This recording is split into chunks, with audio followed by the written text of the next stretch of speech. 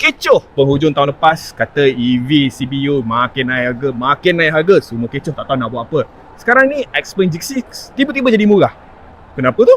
Jom aku tunjukkan. Bukan turun harga, tetapi pengenalan varian baru. Ini ialah varian rear wheel drive standard range yang diletakkan sebagai model pengenalan untuk jenama Xpeng. Perbezaan pada rupa hanyalah pada rim, di mana untuk standard range ini menggunakan rim bersaiz 18 inci. Ruang dalaman, cermin pandang belakang adalah jenis biasa dan kemasan kulit kerusi bukan jenis napa serta tiada fungsi urut. Perubahan paling ketara adalah dari segi batin kerana varian ini mendapat bateri yang lebih kecil, justeru memberikan kuasa dan jarak yang lebih rendah. Jarak yang mampu dicapai adalah sejauh 480 km mengikut kitaran WLTP. Selain itu, pilot assist pada varian ini hanyalah menggunakan sistem kamera dan sensor hadapan dan tidak mempunyai otak pintar chip Orin yang ada pada varian yang lebih tinggi. Adakah ini bermaksud varian ini kurang pintar? Tidak sama sekali, memandangkan Malaysia masih lagi tidak iktiraf pemanduan autonomi.